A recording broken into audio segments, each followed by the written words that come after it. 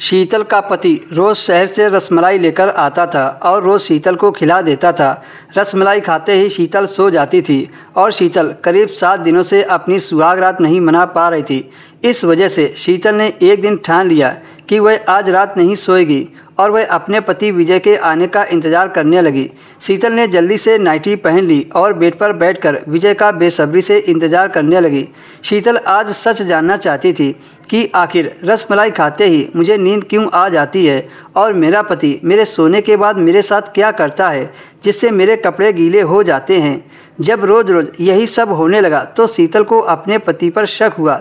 इसी वजह से आज शीतल ने सोच लिया था कि वह पति की लाई हुई रसमलाई नहीं खाएगी। जब रात को विजय शीतल के कमरे में आया तो विजय फिर से रसमलाई लेकर आया, पर आज शीतल का रसमलाई खाने का बिल्कुल भी मन नहीं कर रहा था क्योंकि आज तो वह सच जानना चाह रही थी। शीतल ने विजय के हाथों से रसमलाई का थैला ले लिया, जबकि विजय रोज़ अपने हाथों से शीतल को रसमलाई खिलाता था और आज शीतल ने ना खाने की वजह से विजय के हाथों से रसमलाई का डिब्बा ले लिया था। तभी अचानक से विजय की मां ने किसी काम से उसे बुला लिया।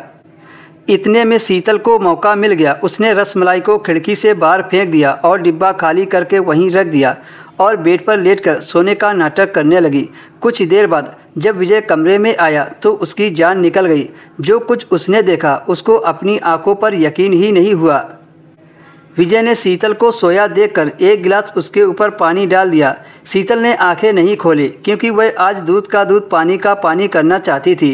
विजय ने किसी को आवाज़ दी और कहने लगा कि अंदर आ जाओ, यह पूरी तरह बेहोश हो चुकी है।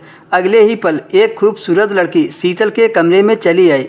वह लड़की विजय के साथ बिस्तर पर लेट गई। वह दोनों जिस तरह से एक साथ लेटे थे उसे देखकर तो शीतल के पैरों तले से ज़मीन निकल गई।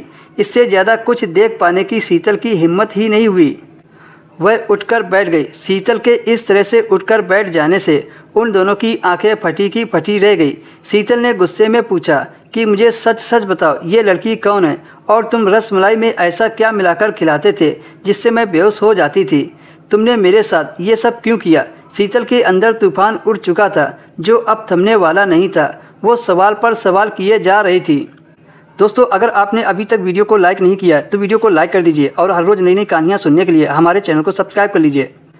विजय ने शीतल को जो बताया उसे सुनकर शीतल की रूह कांप गई। विजय ने सिर झुकाकर बताया कि ये लड़की मेरी पत्नी है। दरअसल मैं तुमसे कभी शादी नहीं करना चाहता था, लेकिन मेरी मम्मी ने तुम्हारे साथ ज़बरदस्ती रिश्ता कर दिया था।